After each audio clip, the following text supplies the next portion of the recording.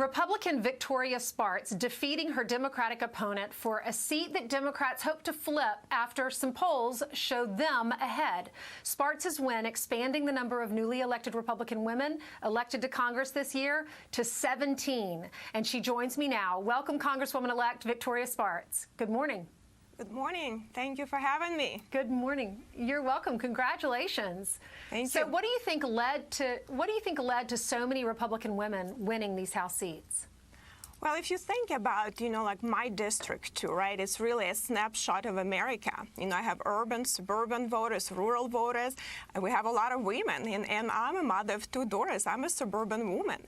And I think if you look at that, I'm very hopeful to see that majority people in our country don't believe in socialistic, utopic ideas that Democrat Party is now promoting. So women believe in the future of their children. They care about good economy, job, education, public safety, having good health care, and they trust that Republican can deliver it. So I'm very honored to see that, but that is a testament to that. How did your background, tell us a little bit about your background and how that shaped your political career? Well, I grew up in socialistic country. It actually was, Socialistic Republic of Ukraine. I was saying, in my 42 years, I grew up in socialism. I saw what happens when it runs out of money, and it's not pretty. And now I came to America 20 years ago with a suitcase after meeting my husband in a train in Europe, and he is a raisin-born Hoosier. And now we're building socialism. I'm kind of going full circle, so I can tell you what is going to be next. It's very sad for me to see that, and that made me, as a mother of two daughters, it made me get involved and do something about it, because that's not very good for our country.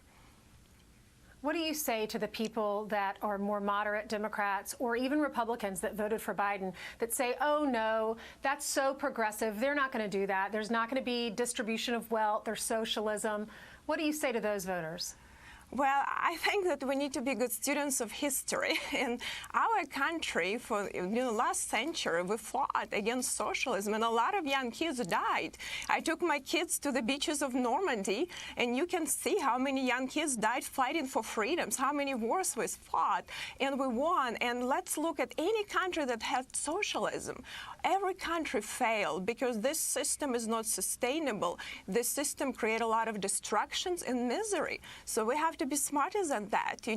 We're not going to change. There are only two systems. You have freedom and free enterprise, and you have system where government decides and political elites on top how we're going to live and what we're going to do. And if you think about it, we're not equal. We all want different things. We want to have equal rights to pursue happiness, but we want all different things. We have different.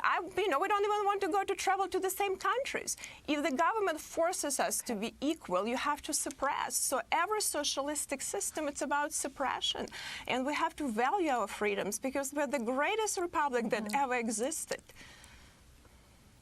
Well, we wish you all the best. I know your two children are very proud of you. You beat Christina Hale. She got 45.9% of the votes, and you got 50.02%. And Susan Brooks held that seat. She was a Republican. She retired after 4 terms. God bless you. Thank you so much. Well, thank you so much. Thank you for having me.